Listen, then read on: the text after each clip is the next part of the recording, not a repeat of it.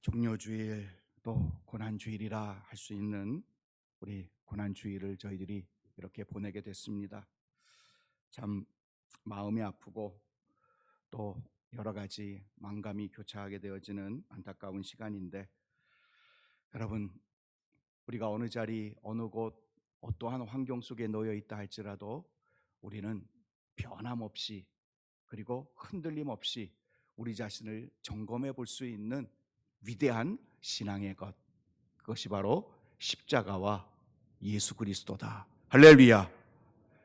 예수님과 십자가는요, 우리 성도들, 우리 기독교에 있어서는 기독교의 등뼈요, 그리고 믿음의 심장이라 이렇게 이야기해 보기에 충분할 만큼 핵심 중의 핵심, 그게 바로 예수님과 십자가다 할 수 있습니다. 여러분, 우리들에게 있어서 이 예수님과 십자가는 무엇일까요? 여러분들에게 십자가와 예수님은 무엇으로, 어떠한 능력으로 여러분의 삶과 여러분의 길들을 만들어 가고 있습니까? 십자가 비참한 형벌이었습니다. 그런데 놀랍게도 우리 믿는 우리들에게 있어서는, 우리 주님께서 부르신 우리들에게 있어서는 이 십자가는 하나님의 모든 좋은 것을 다시 에덴 동산과 같이 다시 누릴 수 있도록 우리에게 그 길을 활짝 열어주신 위대한 사건인 줄로 믿습니다. 이 세상의 것들과 아니면 헛된 사상들과 아니면 이단들에 휘둘리지 않고 이 세상 썩어 없어지고 결국은 그 끝이 심판의 자리에 놓일 수밖에 없는 것에 현혹되지 않고 바르고 온전하게 하나님이 주신 하늘의 위대한 것들을 누리며 살아갈 수 있도록 해주는 그 위대한 힘, 능력, 그건 바로 예수님과 십자가라. 저는 태어나자마자 모태신앙으로 그렇게 시작을 했습니다. 그런데 저의 자아가 저를 이끌어 갈 때에, 그때 저는 예수님을 떠났습니다. 그리고 교회를 떠났습니다.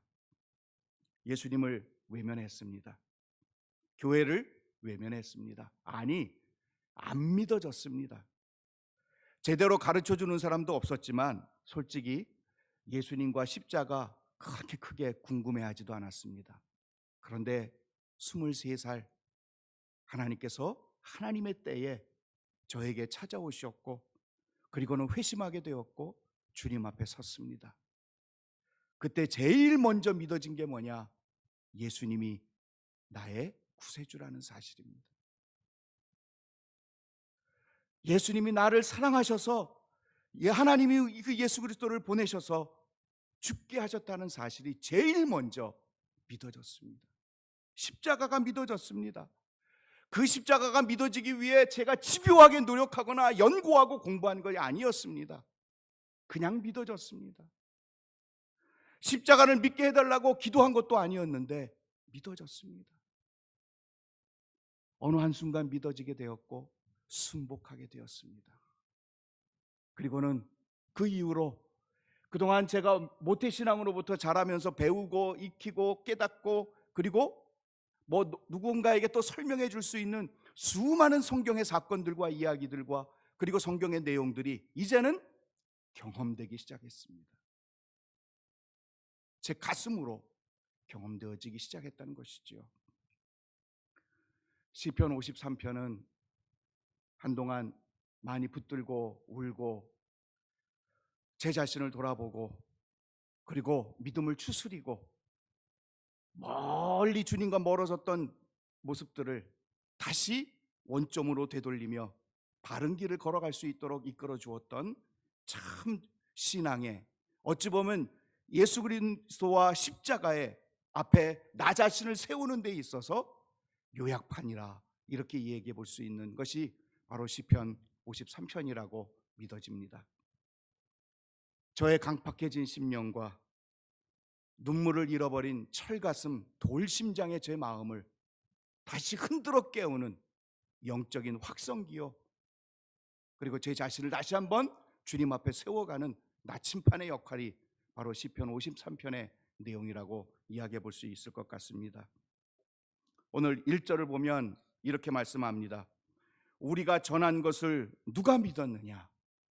여호와의 팔이 누구에게 나타났느냐?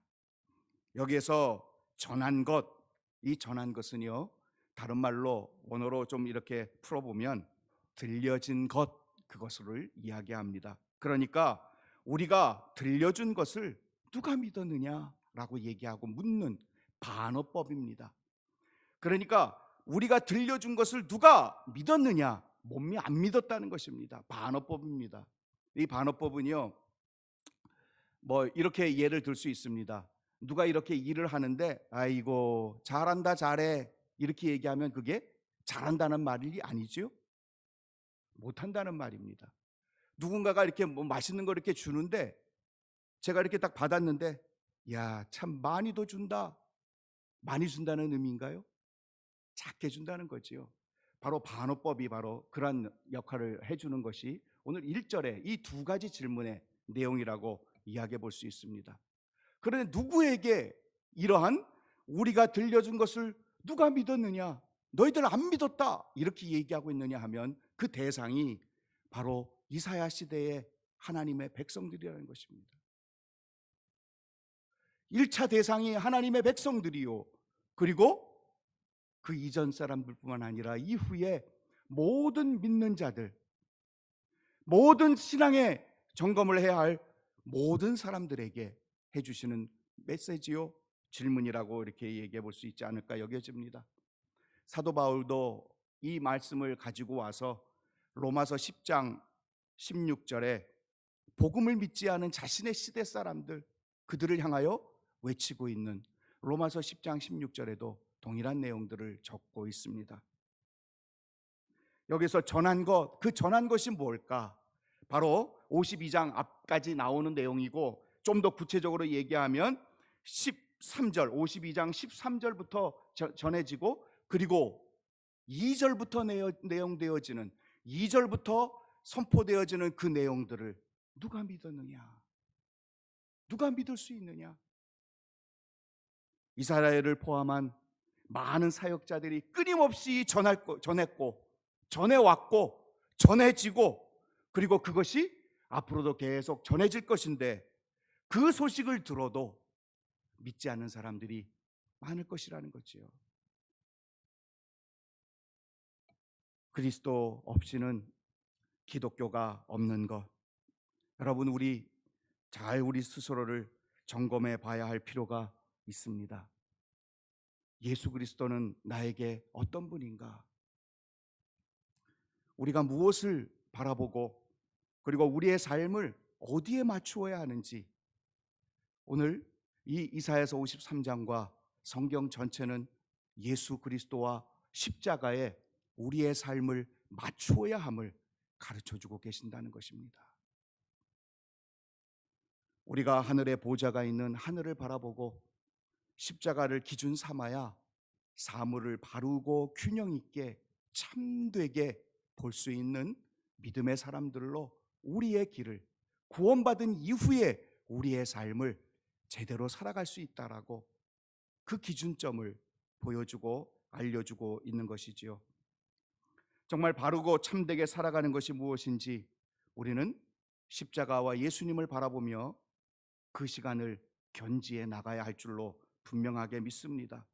그러한 삶을 이끌고 제시하고 바르게 도와줄 수 있는 것, 그것이 바로 기도의 골방과 또 우리가 하나님 앞에 드려지는 예배, 경건의 자리들, 그런 것들이 우리가 바르게 걸어가고 바르게 바라볼 수 있도록 이끌어주는 도구라고 우리가 얘기해 볼 수 있습니다.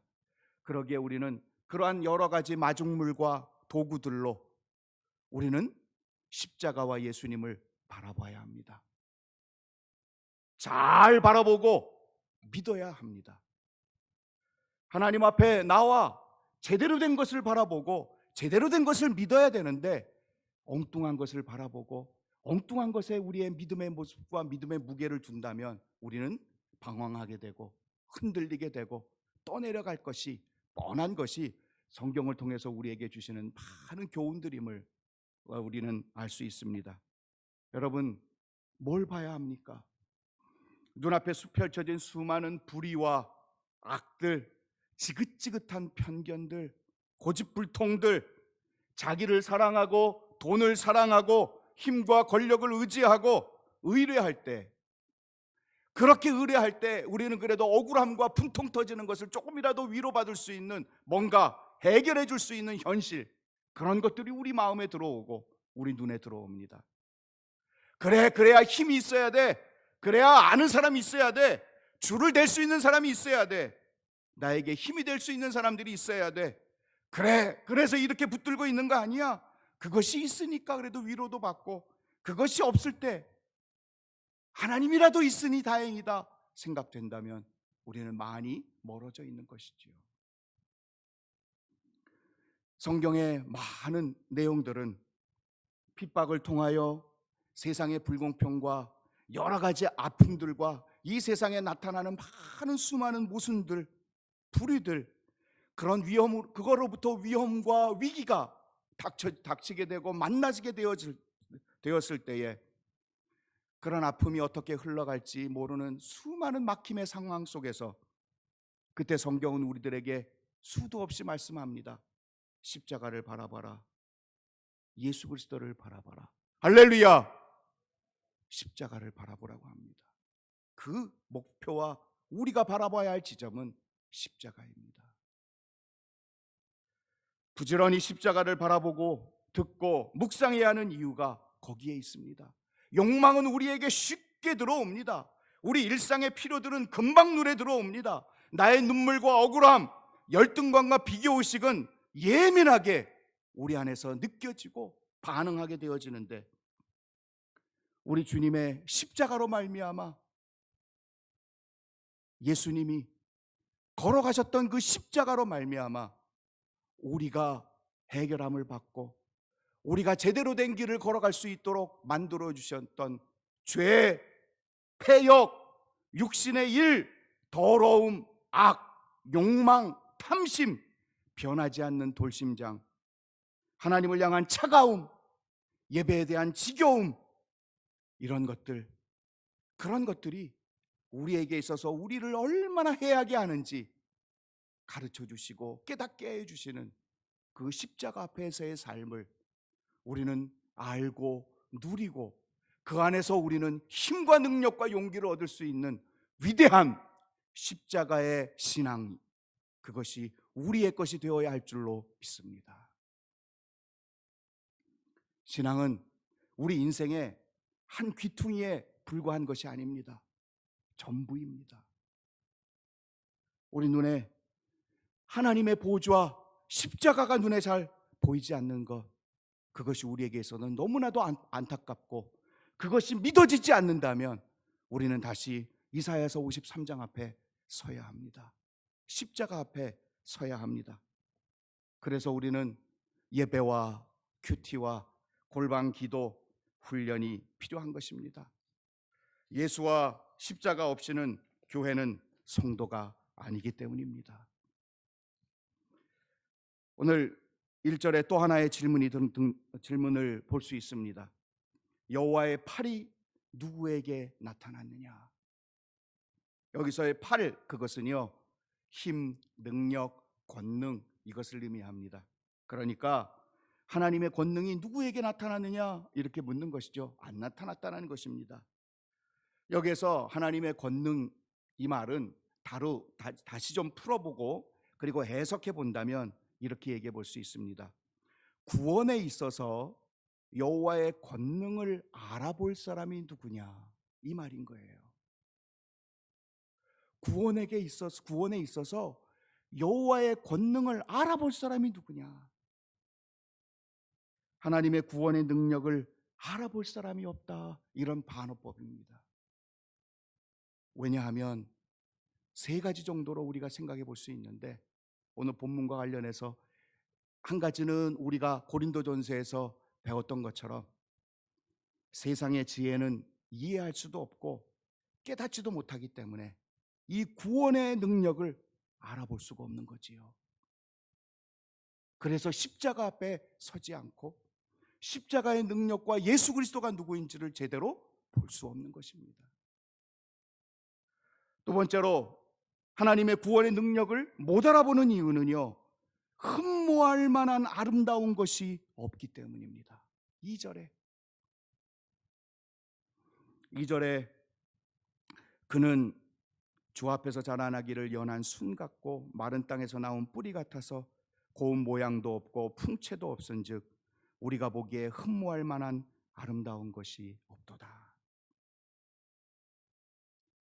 이 2절에 묘사된 분으로 오시고 예수님은 사셨고 그 길을 걸어가셨습니다.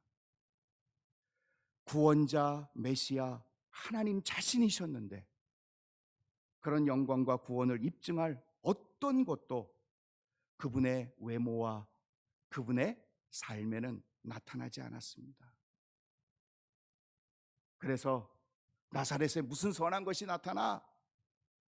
그리고는 많은 사람들이 마리아의 아들 목수의 마리아 그 목수의 아들 아니냐 하며 예수님을 배척하기까지 하는 그러한 일들을 우리 주님은 그 길을 걸어오셨기에 사람들은 예수 그리스도를 바라보지도 못하고 하나님의 구원의 능력을 예수 그리스도를 통해서 깨닫지도 못하게 되어지는 안타까운 일들이 벌어졌음을 성경은 우리에게 말씀하고 있습니다. 사람들이 흠모하고 사람들에게 우러름을 받을 만한 어떠한 것도 우리 주님은 없으셨기 때문에 그러기에 많은 사람들이 예수 그리스도를 제대로 볼 수 없었고 그리고 예수 그리스도의 이 구원의 능력을 알아보지를 못했던 것이죠.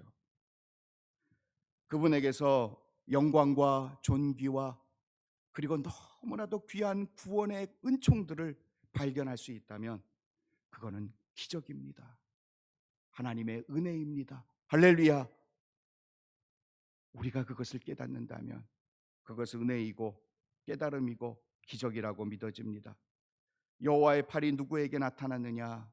이런 질문은 우리를 구원하시는 하나님의 권능이 연한 순 같은 메시아의 육체 속에 감추었음을 보여주고 그러한 초라한 모습에서 메시아의 위대함을 발견할 수 있는 것은 육신의 안목이 아니라 믿음을 통해서 갖게 되어지는 영적인 안목이라야 가능하다는 것을 우리에게 알려주시는 것입니다. 그래서 우리는 그 예수 그리스도를 바라보는 것이 우리에게 얼마나 큰 축복이고 은총이고 기적인지 우리는 감사할 수 있는 믿음의 길을 걸어가야 할 줄로 믿습니다.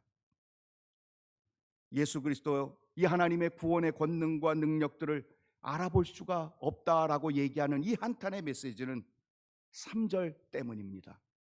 3절에 보면 버림받고 멸시받고 귀히 여기지 않았다는 것이죠. 바로 세상이 기대하는 바가 하나님이 계획하시는 것과는 너무나도 달랐기 때문에 사람들이 예수님을 못 알아본 거지요. 예수님을 믿으려 하지 않았던 것입니다.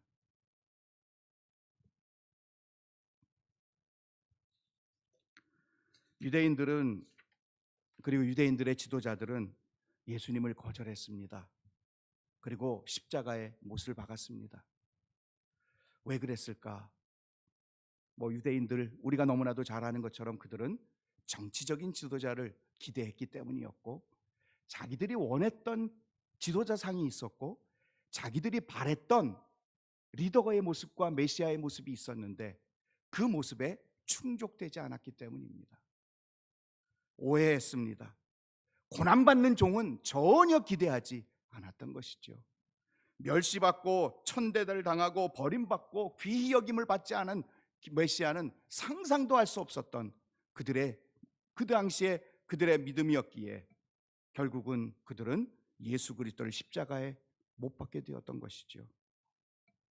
예수님이 베들레헴에서 태어나셨던 것도 몰랐습니다. 예수님 출신을 고려할 때 메시아가 될 수 있는 꿈도 꾸지 못했던 상상조차도 못했던 것임을 보게 됩니다. 안식일 중수에 대한 예수님의 가르침 그리고 예수님이 율법을 폐하러 온 것이 아니라 완성하기 위하여 오셨다라고 외치셨던 주님의 그 메시지 앞에 그들은 넘어졌지요. 무슨 권위로, 무슨 권능으로 이해가 되지 않았습니다.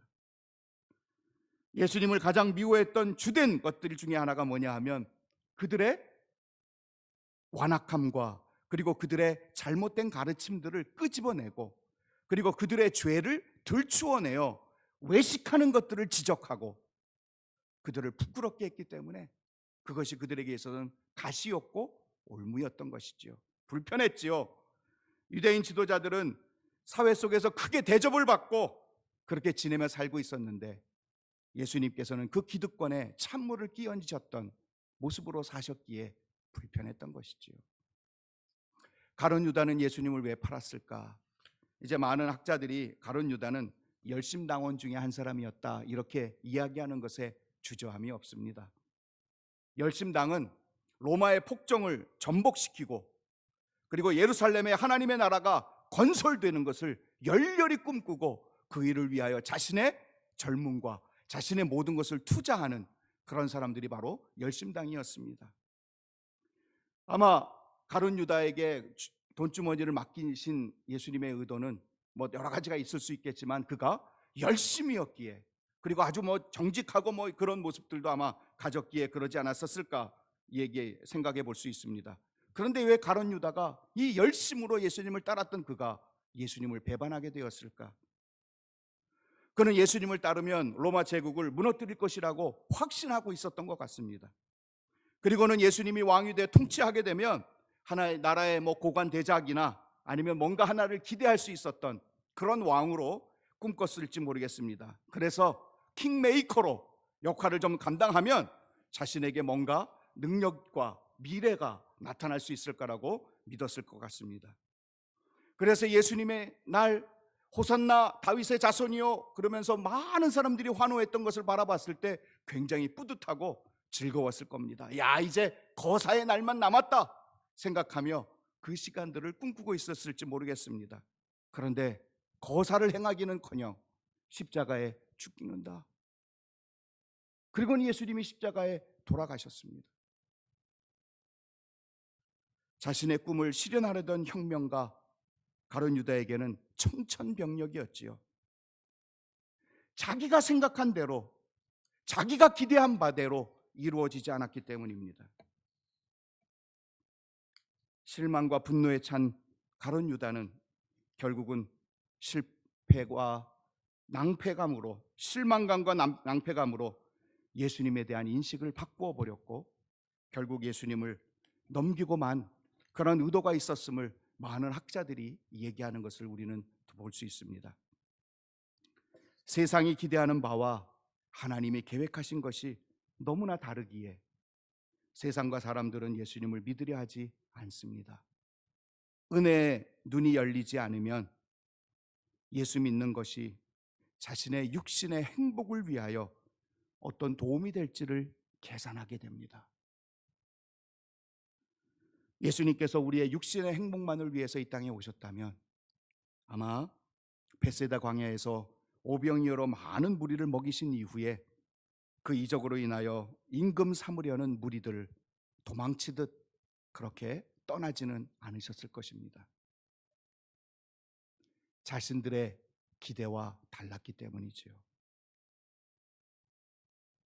많은 사람들이 예수님에 대해 실망했던 내용들 바로 이러한 것들 때문이라 이야기해 볼 수 있습니다. 이 세상의 눈으로는 예수님은 흠모할 만한 어떤 것도 가지지 않으셨고 어떠한 것도 준비하지 않으셨음을 성경은 우리에게 가르쳐 줍니다. 세상은 초라한 모습으로 오셨기에 예수님을 싫어했습니다. 외면했습니다. 3절에 멸시를 퍼붓고 고통을 주었습니다. 자신들이 기대했던 모습과 달랐기에 그래서 예수님을 외면했습니다.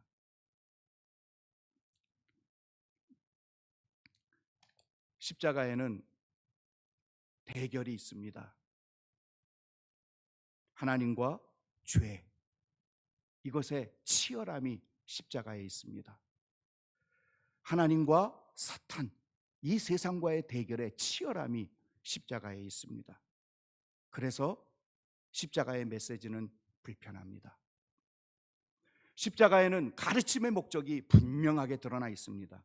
나에게 생명이 이르는 길이 무엇인지를 가르쳐 주려는 분명한 십자가의 목적이 있습니다. 죄의 악독함과 죄의 치명성이 무엇인지를 십자가가 우리에게 보여줍니다. 그리하여 그 진리가 무엇인지, 생명에 이르는 것이 무엇인지, 파멸이 무엇인지, 흥하고 망하는 것이 무엇인지 가르쳐주는 목적이 십자가에 있기 때문에, 그래서 십자가는요, 사생결단의 긴장감이 십자가에 있기에 사람들은 불편합니다. 뾰족하기에 아픕니다. 꺼리낍니다. 외면하고 싶습니다. 십자가의 복음에는 중간이 없습니다. 차갑든지 뜨겁든지 미진함 없습니다. 둘 사이에 머뭇머뭇하는 거 인정하지 않습니다. 십자가냐 세상이냐. 이사야서 5장 20절을 잠깐 한번 보실까요? 우리 같이 한번 읽어보겠습니다. 시작. 우리 네, 여기 나오죠? 자, 우리 다 같이 한번 읽어볼까요? 시작.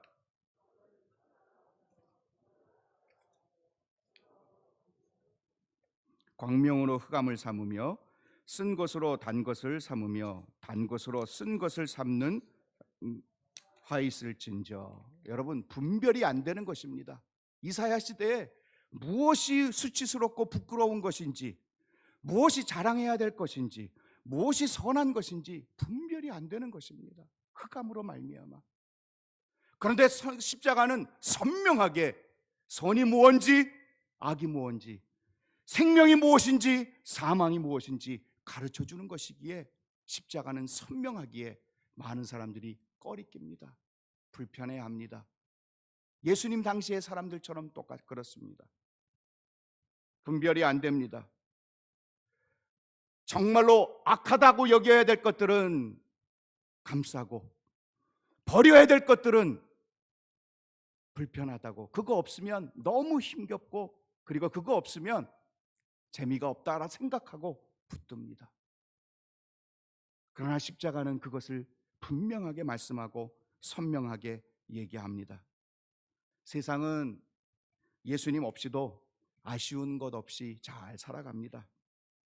골고다의 언덕, 십자가의 능력에 대한 것 없어도 잘 살아갑니다. 예수님 필요 없다고 외치는 곳에 더 환호하고 더 좋아합니다. 예수 그리스도를 만만히 보는 것이고 예수 그리스도의 십자가에 눈이 가리워진 것이지요. 혹시라도 우리 교회 안에 이러한 모습은 없을까요? 예수님에 대한 무관심, 예수님에 대한 모욕, 예수님 없이도 잘 살아갈 수 있고, 예수님 십자가 바라보지 않아도 얼마든지 살아낼 수 있다고 외치는, 혹시라도 이 예수님을 멸시하고 예수님을 우습게 보는 우리들의 혹시라도 있는 경향성은 없을까요? 여러분 아마 한 번쯤은 들어보셨을 거라고 여겨집니다. 시골에 사시던 할아버님께서 아들 집에 올라오셨습니다. 한 달 동안. 그리고는 머물고 계십니다. 어느 날 1번 학원 갔다 왔어? 나 2번 시장 갔다 왔어. 이렇게 얘기하는 걸 보고 할아버지가 잘 이해가 안 됐어요. 그래서 그러려니 하고는 지냈는데 한 달이 지나고 난 다음에 그 암호가 뭔지를 알게 됐습니다. 그 번호는 중요도였지요. 1번은 손자, 2번은 며느리, 3번은 아들이었습니다. 그러면 할아버지는 몇 번이었을까요? 4번이 강아지고, 5번 가정부고, 그리고는 6번이 할아버지였답니다. 만들어낸 얘기겠지요. 그럴 리가 없겠지요. 이 내막을 안 할아버지는 너무너무 충격을 받으시고 다음 날 냉장고에 쪽지 한 장 남기시고 시골로 내려가시고는 다시는 올라오지 않으셨다고 하지요. 그 쪽지의 내용 중에 3번아 잘 있거라, 6번은 간다.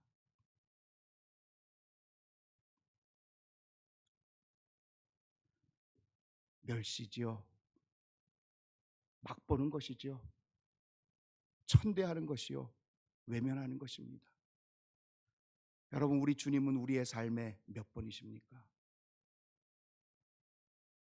1번이어야 합니다. 1번이어야 합니다. 그 주님을 우리의 가슴에 담고 믿음의 길을 걸어갈 줄 아는 진실한 십자가와 예수 그리스도를 바라보는 저와 여러분의 신앙의 길이 되어야 할 줄로 분명하게 믿습니다. 우리 고난주간, 이제 내일부터 고난주의 주간이 시작이 됩니다. 사랑하는 여러분, 예수님의 십자가와 예수님을 바라보는 일주일이 될 수 있도록 여러분, 예수님을 1번으로 놓으시고 여러분의 삶을 맞춰보시기를 진심으로 소망합니다. 요즘 코로나로 인해서 수많은 이야기들이 나옵니다. 칼럼도 나오고 이야기도 나오고 많은 것들을 읽어보면서 참 우리에게 이 코로나로 인해서 교훈을 주는 내용들도 있습니다. 코로나의 역설, 인간이 멈추자 지구가 건강해졌다. 그죠? 대기오염이 줄고 공기가 맑아졌다고 합니다. 자연이 살아나고 정화되었다고 합니다. 그리고 그동안에 있었던 신화들이 이 코로나로 인해서 다 그게 그냥 신기루에 불과하다는 이야기들을 지금 많이들 하고 있습니다. 그 중에 무스타파 달렙이라고 얘기하는 사람이 쓴 글, 그런데 제가 무스타파 달렙이 누군가 찾아봤더니 그냥 가공의 인물이더라고요. 근데 그 내용이 우리가 조금 한번 돌아볼 필요가 있을 것 같아서 여러분께 잠깐 한번 소개를 좀 드리고 싶습니다.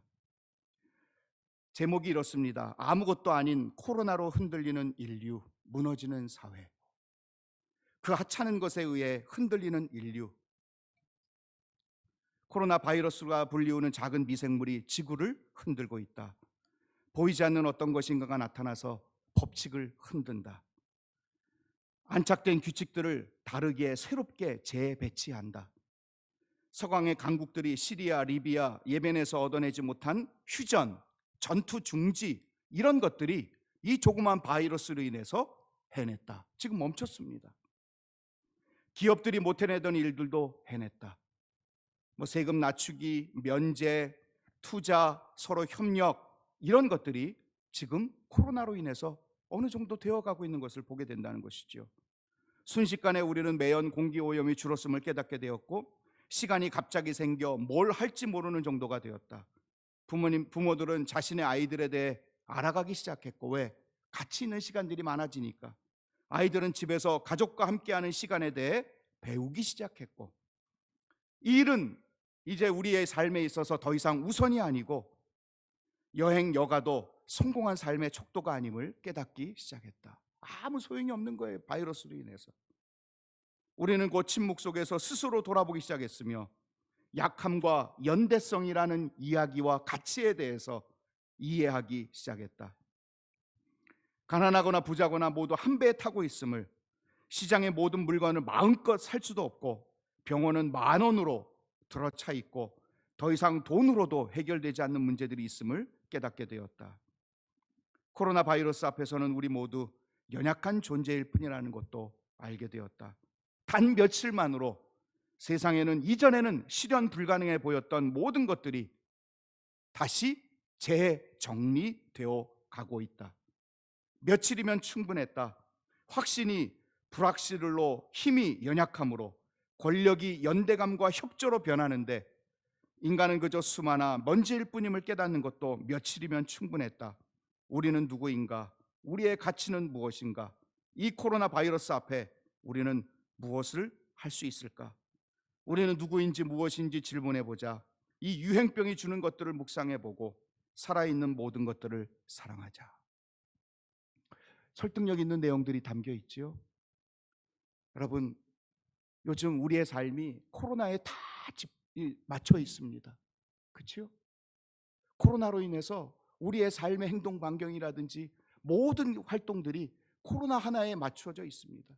이거를 피하고, 그리고 이것을 예방하고, 그리고 이것에 누군가에게 피해를 주지 않고, 그리고 누군가에게 다시 나쁜 것들이 전달되지 않도록 하기 위해 조심하는 그 모든 것들이 우리의 코로나에 맞춰져 있습니다. 혁명적인 일이 일어나고 있습니다. 사랑하는 여러분, 십자가로 말미암아 우리의 삶이 이렇게 정돈되어야 할 줄로 믿습니다. 십자가로 우리의 삶이 정돈되어지는 것, 그것이 십자가의 혁명입니다. 십자가의 능력입니다. 십자가의 역사입니다. 주님이 그것을 위하여 우리의 이 십자가의 길을, 이 예수 그리스도의 멸시받고 고난받는 길을 기꺼이 걸어가셨던 것이죠. 거기에 생명이 있고, 거기에 삶이 있고, 거기에 회복이 있고, 거기에 능력이 있고, 다시 되살아나는 역사의 현장이 그곳에 있기 때문입니다.